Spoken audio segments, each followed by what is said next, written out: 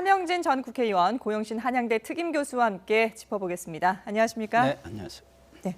앞서서 저희 취재기자가 오늘 TV토론에서 있었던 공방들을 전해드렸는데 사드를 비롯해서 여러 주요 정책에 대해서 각 후보들이 공방을 벌였습니다. 그런데 이 TV토론이라는 게 실제 이 유권자들 표심에 많은 영향을 미치나요? 어떻게 보세요? TV토론이 처음 도입된 게 이제 DJ하고 이회창 후보가 처음에 붙을 때 그때 이제 도입되었습니다. 이제 네. 그로부터 한 5-6번 이제 선거가 되면서 TV토론이 계속됐는데 사실 그동안 TV토론이 별로 영향은 못 미쳤어요. 이미 자기가 지지하는 후보가 얘기한 것은 그냥 눈에 뭐 콩깍지가 씌웠는지 다들 잘했다 이런 식으로 해서 별로 영향을 못 미쳤는데 네.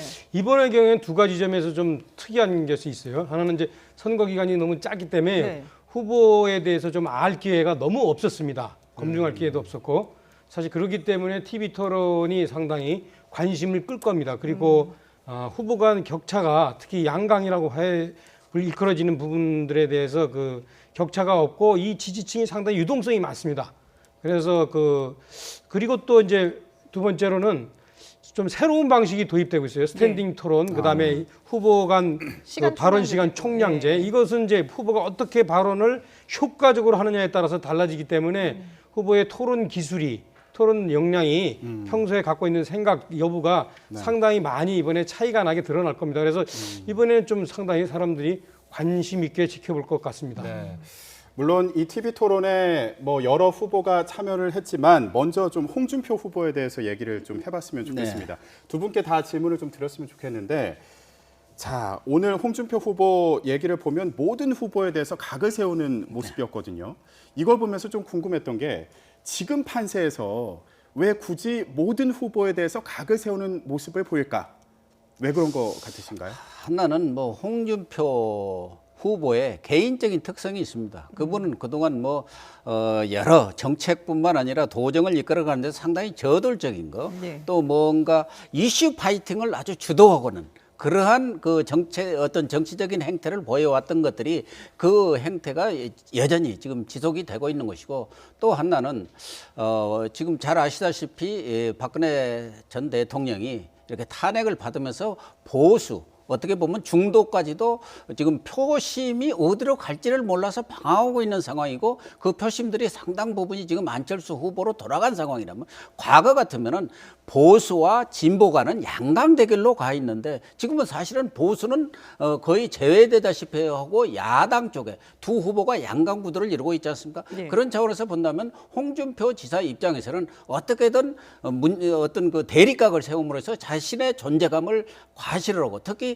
바른정당과의 관계에서 우위를, 주도권을 잡음으로써 말하자면은 이 보수표, 빼앗긴 보수표를 어떻게든 가져와야겠다. 네. 그런 생각에서 어떻게 보면 좀 노이즈 마케팅이랄까, 이슈 파이팅을 아주 열심히 하는 거 아닌가 그렇게 보여집니다. 네. 그러나 과연 그것이 성과가 있을지 이것은 좀 두고 봐야 할 것 같습니다. 예, 어제 재보선에서 자유한국당이 이긴 그런 네. 부분도 좀 영향이 있을까요? 고무된 영향이 있을까요?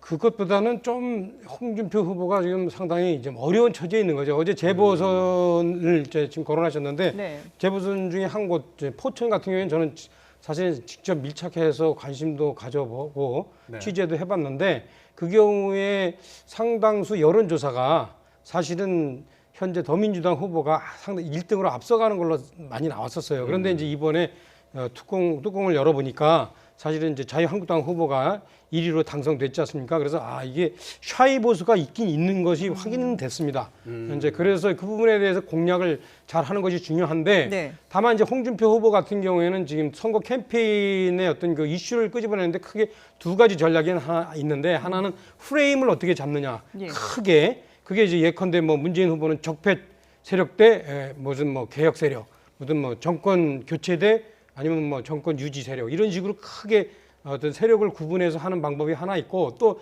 하나는 이제 안철수 후보처럼 특정한 어떤 그 아이템을 잡아가지고 쭉 4차 혁명을 내가 주도하겠다 이런 식으로 이끌어가는 두 가지 방법이 있는데, 그 상황에 따라서 다른데 대개 지금 홍준표 후보가 이제 문재인식으로 크게 편가르기 이 방법을 쓰고 있는데 네. 제가 볼 때는 그 방법은 좀 일정하게 좀 궁여지책 같아요. 좀 이 현재 상황에서 일정하게 이제 이 정권 교체냐 아니냐, 적폐 세력이냐 아니냐, 이러한 그 프레임 대결을 연상케 하는데 실제 안철수 후보한테 표가 몰리는 이유는 그런 식으로 편가리하는 것을 이제 국민들이 별로 원치 않기 때문에 저는 몰린다고 보거든요. 네. 제가 볼 때는 그래서 홍준표 후보가 좀 더 이렇게 지금 같은 경우에 예컨대 뭐 사드 배치를 찬성하느냐 안 하느냐 이런 식으로 아이템 중심으로 가는 것이 좀 맞지 않나, 네. 정책 중심으로 이런 생각이 들긴 하는데 좀 일단 오늘 토론에서는 역시 예전에 했던 방식으로 네. 편가르기 방식을 좀 프레임 설정하기 이런 방식으로 하셨다고 그러는데 이따 보긴 봐야 되겠습니다. 네. 예, 오늘 밤에 이제 이 방송이 될 텐데, 근데 오늘 문재인 후보에 대해서는 결국은 또 이 노무현 전 대통령의 정치자금 관련해서도 또 공격을 했거든요. 근데 이 부분도 정책 대결이 아니라 어떻게 보면 프레임 대결로 볼 수 있는 거 아니겠습니까? 그렇죠. 이거는 이제 솔직히 일종의 이제 물귀신 작전인데요. 예, 어떤 뭐 여기서 뭐 저희 자유한국당이 예컨대 여러 가지 정치 자금이나 이런 문제 또 현재 박근혜 전 대통령과 관련해서도 사실은 이제 뇌물 문제 이런 것들이 이제 거론이 되고 있는데 상대방의 정치 자금 문제를 거론하는 것은 그것이 상대방의 타격도 주는 거지만 본인의 어떤 잘못도 이렇게 연상시키게 하는 그런 것이 있습니다. 그래서 이런 얘기 하잖아요. 왜 홍준표 대표가 열심히 하면은 문재인 대표가 상처도 있지만 그 표가 홍준표 대표한테 오지 않고 다른 분한테 간다. 네. 이런 현상을 또 초래하는 것 같아서 저는 이 네. 부분도 좀 전략적으로 좀 미스인 것 같지 않나 이런 생각을 또 해봅니다. 예. 제가 지금- 자유한국당이니까 좀 네. 이런 얘기를 해도 괜찮겠죠. 지금 이제 홍준표 후보가 다른 후보들을 오늘 토론에서 공격했던 부분에 대해서 얘기를 나누고 있는데, 자, 이런 분위기 속에서 다른 후보들은 홍준표 후보가 자격이 있는 거냐, 재판받아야 되는 거 아니냐 또 이렇게 공격을 했습니다. 결국에 홍준표 후보도 이 부분은 풀어야 되는 숙제 아닙니까? 당연하죠. 홍준표 후보로서는 어떻게 보면 알킬레스건이죠.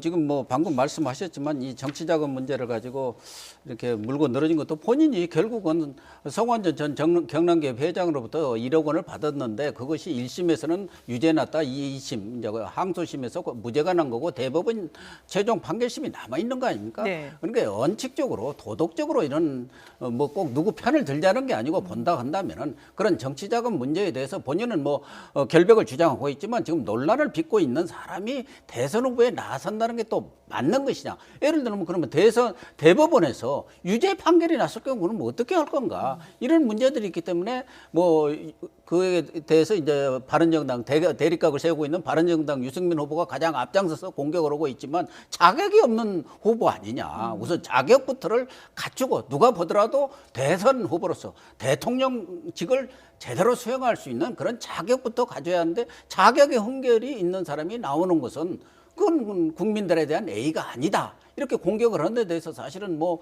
본인의 답변은 좀 제가 듣기에는 예. 좀 궁색한 거 아닌가 하는 느낌을 받았습니다. 예. 뭐 이 TV 토론을 통해서 유권자들은 또 후보가 어떤 생각을 가지고 있는지 이런 것도 판단을 할 수 있고 또 후보들 나름대로 이제 유권자들에게 또 이렇게 뭔가 자신의 공약이라든지 이런 부분들을 어필해야 되는 그런 과제를 안고 있는데요. 그런데 오늘 나온 리얼미터 여론조사 결과를 보면은요, 역시 양강 구도는 여전히 이어지고 있는 것 같습니다. 그래서 아직까지 판세는 뒤바뀌지 않고 있는 것 같은데 그런데 눈길을 끄는 부분이 국민의당 안철수 후보가 그동안 상승세가 아주 가팔랐는데 약간 주춤하는 모습을 보이는 것 같아요. 그렇지는 않습니다. 제가 이제 쭉 그 이번 여론조사한 것들을 쭉 자세히 들여다보고 그 동안의 저의 경험을 이렇게 보면 예. 무선 ARS로만 한 여론조사와 네. 완전 유선 면접 여론조사와는 사실 차이가 많습니다. 그게 보통 한 15% 이렇게 보통 납니다. 네. 항상. 근데 이번에도 지금 리얼미터가 주로 얘기하면 리얼미터는 10% 정도만 유선 전화 면접이고 나머지는 무선 내지는 ARS입니다. 예. 그래서 리얼미터가 제가 여태까지 파악한 바로는 모든 여론조사 중에서 가장 문재인 후보, 특히 젊은 층이 지지하는 문재인 후보가 가장 많이 반영됩니다. 네. 그렇지 않고 적당히 섞은 여론조사의 경우에는 두 분이 상당히 오차 범위에서 접전하고 있고 또 유선 전화 면접이 상대적으로 비중이 큰 데에서는 안철수 후보가 상당히 어떤 측면에서 앞서고 있습니다. 그래서 네. 이 경우에는 따라서 어떤 것이 맞다고 할 수 없습니다. 조사 방식에 따라서 그럼요. 달라지기 때문에. 그래서 당일날 네. 그야말로 어떤 이 날씨 내지는 뭐 보수층 내지는 청년층이 어떠한 요인이 있느냐에 따라서 대거 그 투표장으로 나올 수가 있습니다. 예. 그 경우가 이제 예컨대 지난 4.13 총선에 전혀 예상치 않게 젊은 층이 대거 쏟아져 나오면서 더민주당이 일당이 되었고요. 예. 네. 또 그 전에 박근혜 전 대통령이 문재인 후보를 이길 때에도 사실은 그때 이정희 후보의 어떤 그 발언 하나로 해서 50대가 예. 대거 또 투표장에 쏟아져 나오면서 근데 박근혜 대통령이 신승을 했습니다. 그래서 이번에 경우에는 제가 볼 때 이랬습니다. 여론조사를 놓고 보면 두 후보가 막상막하구나. 그야말로 당일날 어떤 티핑 포인트가 있느냐에 따라서 그야말로 당락이 결정되겠구나 이렇게 판단하는 것이 예. 저는 정확하지 여론조사 요 특정한 거 하나만 놓고 누가 이겼다 졌다 이렇게 얘기 판단하기는 좀 어려울 예, 겁니다. 물론 지금 단정을 지을 수는 없지만 일단 이 결과를 보고 일각에서는 안철수 후보가 이 유치원 정책을 놓고 좀 혼란이 있지 않았습니까? 논란이 있었는데 그 부분에 좀 영향을 받은 게 아니냐라는 이런 분석도 나왔거든요. 근데 차 의원님이 보시기에는 전혀 그런 그렇죠. 영향은 이게 없을 이제 것이다. 유치원 논란 이 정도는 예. 지지율을 이렇게 대거 이동시키기에는 대거 이동이라는 거는 보통 한 3~4% 정도 이동시키기에는 아이템 크게, 자체가 너무 작습니다. 예, 영향을 미치지 못했을 것이다. 예. 이게 지지율이라는 것은 가장 중요한 것은 추세거든요. 그렇죠. 네. 근데 이번에도 안철수 후보는 한 2.45% 이렇게 이제 상승을 했어요.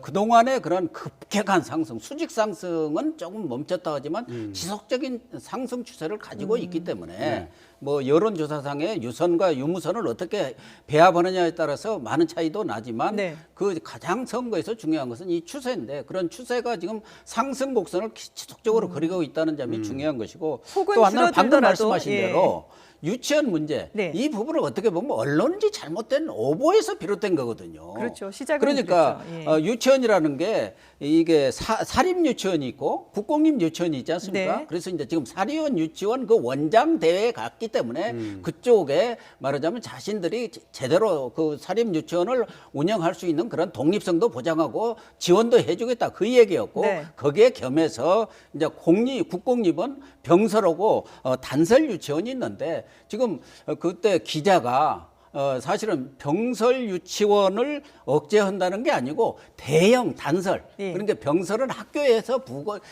병행해서 하는 데입니다. 그러니까 네. 지금 학교가 자꾸 학생이 줄어드니까 바로 유치원을 만들기가 쉬워요. 근데 단설 유치원이라는 것은 별도로 그 유치원을 만드는 거고 그렇게 될 경우 이제 큰 유치원을 만들어 놓으면 학부모들 입장에서는 거기를 가고 싶어 하죠. 아무래도 네. 가깝고 또 이게 학교에서 병설하는 것은 뭐 방학이라든가 이런 때 또 쉬고 그렇기 예. 때문에 그러는데 현실적으로는 지금 본인 얘기는 그런 그 병설 유치원 이걸 줄이겠다고 한 것이 아니었는데 그걸 지금 언론이 잘못 듣고 보도를 하다 보니까 논란이 빚었고 특히 사립 유치원 대에서 가서 이야기하니까 그 돈 많이 들은 사립 유치원만 키워주고 국공립은 줄이겠다는 얘기냐 이렇게 또 이제 자꾸 논란이 비화되면서 사실은 그것 때문에 어제 그저께 그 리얼미터 그 조사에서도 약간 내려갔더라고요. 예. 말하자면 약간 영향을 받았는데 이 부분은 진위가 잘못 전달된 네. 것으로 알려졌기 때문에 차 의원 이야기하신 대로 그렇게 결정적인 앞으로 변수로는 작용하지는 않을 것이다 그렇게 봅니다. 예. 네, 그 부분을 좀 더 자세히 봤으면 좋겠는데 저희가 아까 보여드렸던 두 장의 여론조사 결과 중에 두 번째 장, 네. 그러니까 조사가 진행됐던 10일, 11일, 12일의 추세를 다시 한번 좀 봤으면 좋겠습니다. 네, 날짜별 추세입니다. 네.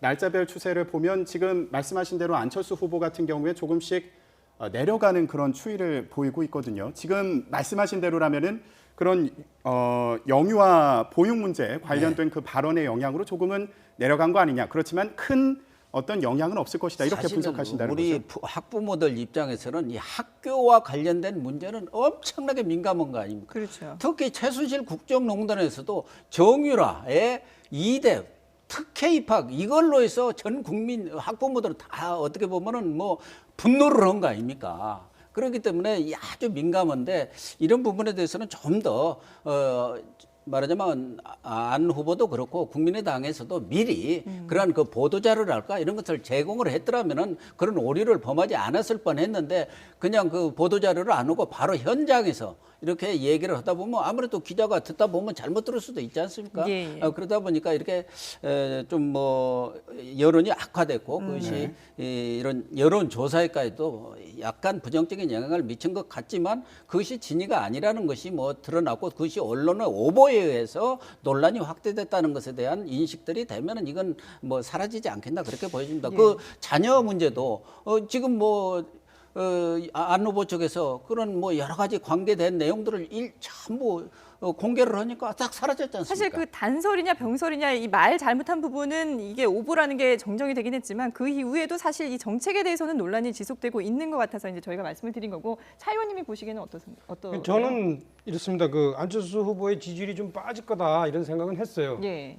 사실 그 지금 추세로 하면은 이미 안철수 후보가 문재인 후보를 이미 크로스 해가지고 앞서는 상황일 텐데 그 동안의 그 추세로 보면 네. 왜냐하면 이제 그 계속 그 쭉 올라왔습니다. 쭉 그 특정한 여론조사뿐만 아니라 전체적으로 볼 때 그런데 이제 저는 그것이 이제 일정 부분 벽에 부딪힐 거다 예상한 것이 첫째는 안철수 후보에게 그 쏠리는 지지율의 요인이 다 소진이 되었어요. 다시 말하면 이제 그 안희정 후보한테 잠시 들렀던 중도 보수층이 안철수 후보에게 빠졌지만 더 이상 뭐 더 첨가될 것이 없다. 예. 그런 생각이 들었고 또 하나는 그 이 홍준표 후보가 일정하게 이제 그 경남지사직을 사퇴하고 또는 홍준표 후보를 지지했어야 할 그 보수층들이 다시 한번 생각을 하게 되고 그러면서 안철수 후보가 지지율이 일정 정도 빠질 수밖에 없다. 네. 그리고 문재인 후보는 이러한 안철수 후보의 추격에 일정하게 긴장한 잠재적인 문재인 후보 지지층이 있습니다. 예. 예컨대 이제 그 이 정의당 후보를 지지하는 후보라든가 또 예컨대 이제 아직 투표 여부를 유보했던 분들인가 이런 분들이 이제 일정한 부분 문재인 후보한테 약간의 표를 보태서 아마 문재인 후보와 안철수 후보의 차이가 조금 벌어지는 그런 현상은 있는 것은 맞는 것 같습니다. 예. 네. 예. 그런데요, 예. 이것도 좀 다른 게 지금 리얼미터에서는 그렇게 나왔습니다. 뭐 아까 이 얘기대로 리얼미터는 거의 이런 집 전화가 아니지 않습니까? 네. 말하자면 핸드폰 소위 말해서 무선 전화기 때문에 대부분 젊은층을 주 타켓으로 해서 그 여론조사가 이루어지기 때문에 지금까지도 쭉 문재인 후보 측을 어떻게 보면 유리했는데 나왔죠. 오늘 예. 아침에 서울의 주요 일간지에서 나온 것 보면 38.3 대 38입니다. 그러니까 안철수 후보가 0.3포인트 차이로 문재인 후보를 앞질렀어요. 네. 그러니까 적어도 우리나라 뭐 가장 큰 유력한 언론사에서 네. 그런 보도가 나왔다는 것은 그런 여론조사가 나왔다는 것은 그만큼 안철수 후보의 그런 지지율이 아직은 빠진다든가 어떤 조정기에 들어갔다고 볼 수가 없는 거고 앞으로 가장 중요한 것은 호남표 향방이라고 봅니다. 네. 지금은 거의 문재인 후보가 다소 앞서든가 반반인데 과연 호남에서 그런 반문 정서가 사그라지고 지금처럼 문재인 후보가 반 이상을 가져갈 건가?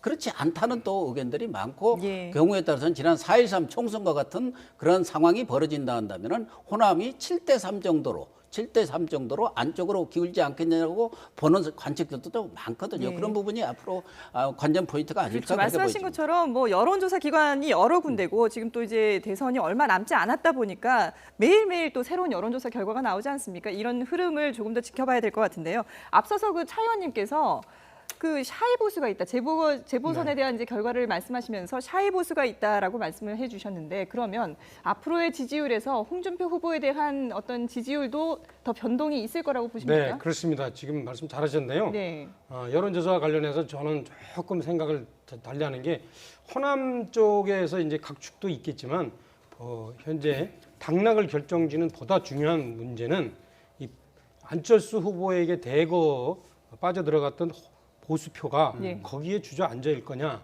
아니면은 홍준표 후보의 어떤 그 분투를 격려하기 위해서 도로 빠져나올 거냐 저는 이것이 바로 그 최종적인 당락을 결정할 거라고 보는데요. 네. 네. 그 점에 대해서 이제 사실 여론조사 가지고 파악하기는 좀 힘들었는데 이번에 이제 보궐선거를 보니까 예. 솔직히 그 모든 기자들이나 전문가들이 예측했던 것보다는 상당히 자유한국당이 선전했습니다. 그것은 이제 달리 설명할 방법이 없고요.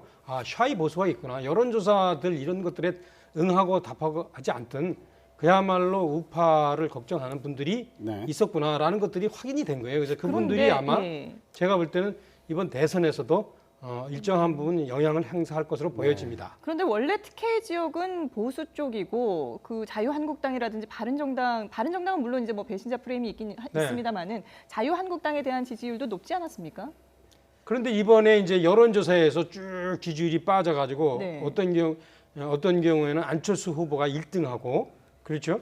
그런 경우가 있었죠. 예. 그런 그 안철수 후보 1등, 2등, 홍준표 3등, 문재인 이런 식으로 이제 여론조사가 쭉 되어 왔었어요. 네. 그렇다면 그것대로만 한다면 뭐 안철수 쪽 후보가 어떤 식으로든 후보의 어떤 역량에 상관없이 네. 안철수 쪽 후보가 어떤 적어도 한두 석은 얻었어야 되는데 그러지 네. 못했단 말입니다. 네. 그런 걸 보면 역시 보수층이 네. 특별하게 여론조사에 응하지는 않지만 이분들이 투표에는 또 나갈 수 나름대로 있다. 표심에 영향을 미치겠구나 이런 것들을 우리가 네. 알 수 있죠. 예. 저희가 아까 문재인 후보가 오차 범위 밖에서 앞서는 조사 결과만 말씀을 드려서 네. 조금 전에 접전을 벌이고 있는 안철수 후보가 조금 앞서고 있는 접전이지만 앞서고 있는 결과도 함께 보여드리고 있습니다. 예. 자, 지금 의원님께서 말씀하신 거는 TK 지역에서 자유한국당이 선전을 했다. 그 의미에 대해서 해석을 해주셨는데 자, 이걸 두고 국민의당에서도 대책을 마련하겠다 이런 입장입니다. 아무래도 신경이 쓰일 수밖에 없는 상황이겠죠. 그렇죠. 뭐 말씀하신 대로 샤이 보수가 있는 게 사실입니다.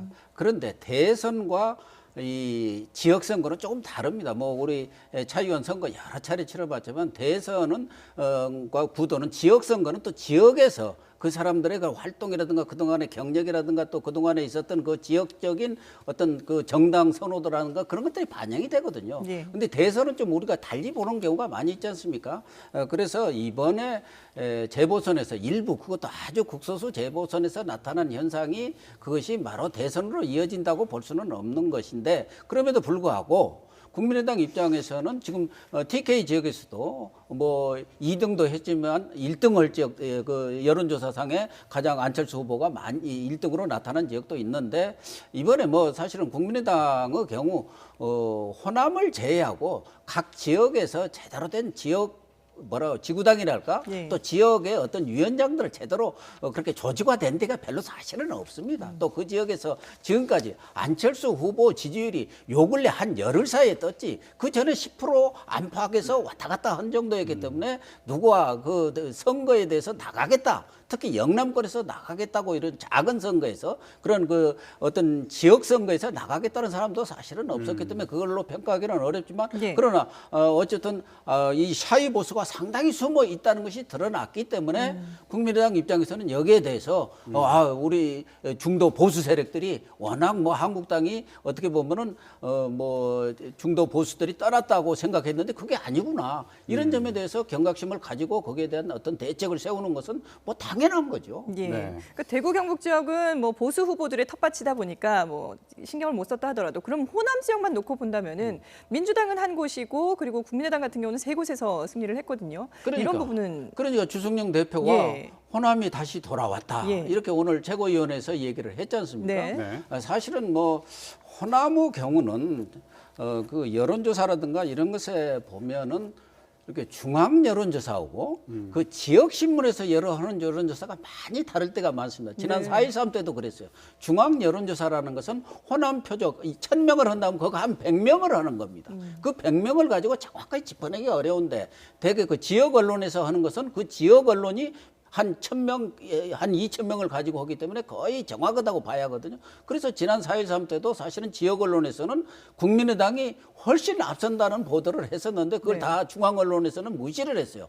또 뭐 우선 지역에서 그런 여론조사가 나온 것에 대해서 그렇게 비중을 두지를 않는 그런 그 뭐 속성도 또 있었기 때문에 그래서 지금 호남의 민심은 오히려 국민의당 그 고위 인사들은 지금이 참 좋다는 입장이죠. 왜? 벌써부터 호남이 예를 들면 안철수 후보로 70%로 갔다가 뭐 이렇게 확 쏠린다고 할 경우는 결국은 아직도 지역 감정이 많이 완화됐다고 하더라도 영남에서 그러면은 빠질 수밖에 없잖아요. 예. 호남이 다 밀어줘? 호남 정권단에 우리가 왜 보수라고 뭐 보수가 마땅한 후보는 없다고 하더라도 이렇게 안철수 후보를 밀어줄 필요가 없겠네 그런 생각을 하는데 만약에 호남의 전략적 선택을 잘하시는 분들이기 때문에 막판에 가서 이렇게 표 결집 현상을 가져온다 한다면은 오히려 지금처럼 비등하게 나가는 것이 안철수 후보한테는 옳은 것이라고 봐야죠. 그러나 네. 오늘 나타난 그 재보선 결과는 호남의 밑바닥 민심은 지금 여론조사에 나타난 것하고는 조금 차이가 있다. 이렇게 말씀을 드릴 수가 있죠. 제가 그러면 좀 위험하지만 이번 선거의 양상을 좀 예측해 보면 이렇습니다. 네.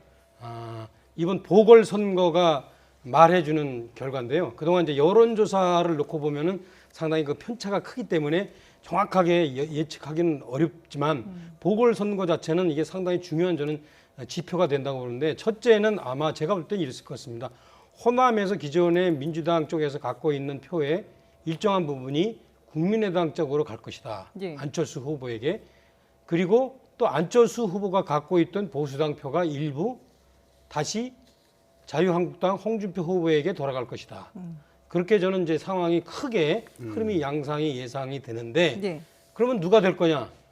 이러니까 아마 제가 볼 때는 이게 당락이 상당히 예측하기 어려울 거라고 보여집니다. 예, 그러면 결국은 거기에 더해서 하나만 좀 더 여쭤볼게요. 민주당 같은 경우에는 호남에서 한석인데 지금 민주당에서 말하는 거는 부산 경남에서는 선전을 했다 이렇게 해석을 하고 있습니다. 이 상황은 어떻게 봐야 되는 건가요? 부산 경남의 경우에 원래부터 저희 보수당 입장에서 봤을 때는 6대 4였어요. 보수가 6 그리고 저쪽 진보가 4였습니다. 네. 여태까지 그런 프로티지를 어떤 변화하거나 넘은 적이 없습니다. 그래서 지금 이제 부산 경남에서 민주당에서 선전했다고 하는 거는 이제 그동안 이제 4를 국민의당과 나눠가지 않고 저 민주당이 상당 부분 많이 가져갔다 그런 뜻을 저는 여러 해석을 하는데, 예. 그 부분이 현재 국민의당 그 안철수 후보가 이게 당락을 좌주하는데 결정적인 영향을 미치지 않습니다. 현재 그 부분은 이미 이제 그동안의 지지율에 다 내재되어 있었던 거고, 예. 현재 지금 변화가 되고 있는 건 뭐냐? 아까 고영신 선배께서 정확하게 지적했던 호남에서 처음에 5대 5였던 것이 일정한 부분 국민의당 안철수 후보 쪽으로 쏠리고 있다. 재보궐선거로 보면. 예. 또 하나는 TK에서 안철수 후보한테 일정한 부분 갔던 보수의 표가 다시 홍준표 쪽으로 돌아가고 있다. 이 두 가지 현상이 저는 재보궐선거에서 괄목할 현상이다. 예. 그리고 그것은 사실은 여론조사에 상당 부분 이미 반영되어 있다. 예. 자, TK 지역의 어떤 그 여론의 흐름을 말씀을 해주셨는데, 그런데 지금 TK 지역에 공을 들이고 있는 이 후보가 한 명 더 있지 않습니까? 바른정당의 유승민 후보인데, 과연 이 유승민 후보의 진심은 언제쯤 통할 수가 있을까요? 참 유승민 후보가 어떻게 보면 TK 지역에서는 뭐 배신의 정치랄까 뭐 이런 프레임에서 아직은 벗어나지 못하고 있는 것 같아요.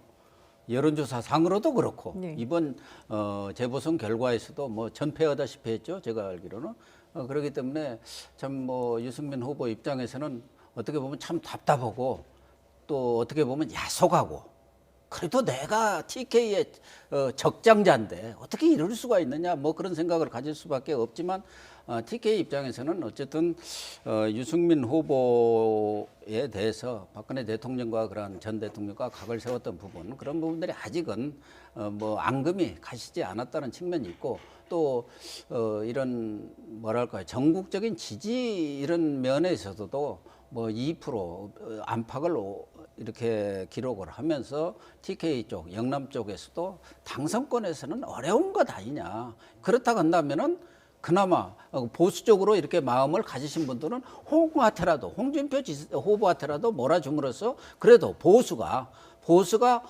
대선 이후에라도 뭔가 야당으로서 역할할 수 있는 그러한 기반을 만들어줘야지 않겠느냐는 생각들을 갖고 있지 않나 그렇게 보여집니다. 그래서 네. 뭐 바른정당도 그렇고 유승민 후보도 앞으로 어느 당과도 연대라든가 무슨 그런 걸 안 하겠다 하지만 그건 좀 저는 지켜봐야 할 문제라고 봅니다. 이 점과 관해서 제가 하나 좀 지적하고 네. 싶은 거는, 주로 이제 이 언론 이쪽에 많이 나오는 이제 지식인, 또 기자 이런 분들이 있죠. 되게 이제 그 유권자의 어떤 그 입장, 선택을 좌지우지하는 요인으로서 되게 이념, 이익 이런 걸 많이 따집니다. 그런 이념과 이익 측면에서 보면 유승민 후보가 참 나이스하죠. 그런데 더 깊은 것들을 못 보고 있습니다. 그런 것들이 다 응축돼서 오랜 시간 그런 사람들한테 감동을 주거나 분노케 하는 것, 다시 말하면 감정의 문제, 이런 것들이 유권자의 입장을 선택하는 데 오히려 더 중요하거든요. 근데 이 부분을 잘 특히 기자분들이나 이 언론인들이 제가 볼 때는 잘 이렇게 빼먹는 것 같아요. 간과하는 것 같은데 예. 사실은 유권자는 이런 부분들이 오래 남습니다. 사실 그리고 우리가 가만히 돌이켜 생각해 보면 어떤 사건들이 있었을 때 사람들한테 끝까지 남는 건 감정이잖아요, 그죠? 그때 누가 어떤 몇 푼을 나한테 누가 줬다, 나한테 뺏어갔다, 이런 것들은 기억이 안 남습니다. 그래서 지금 같은 경우에 이제 유승민 후보와 관련해서는 특히 보수층, TK층 이런 분들이 남아 있는 게 뭐냐면 그 사람이 올바른 취지를 선택했다. 네. 당시에 박근혜 전 대통령과 관련해서 증세 없는 복지는 없다라고 정말 현실을 제대로 지적했다라든가 국회와 정부와 관련해서 정부가 어떤 전행하는 것을 국회의 입법권을 보호했다라는 어떤 이성적인 것이 기억나는 게 아닙니다. 감정이 기억나는 거거든요. 그래서 이거는 제가 볼 땐 쉽게 회복되기 힘들 거다라고 생각합니다. 예, 네. 글쎄요, 언론인들도 감성보다는 이성에 충실한 그런 보도를 하려고 노력하고 있다는 그렇겠죠, 점을 예. 다시 한 번 더 말씀을 드리면서요. 지금까지 대선 판도에 대해서 차명진 전 국회의원과 고영신 한양대 특임 교수의 생각을 들어봤습니다. 두 분 말씀 잘 들었습니다.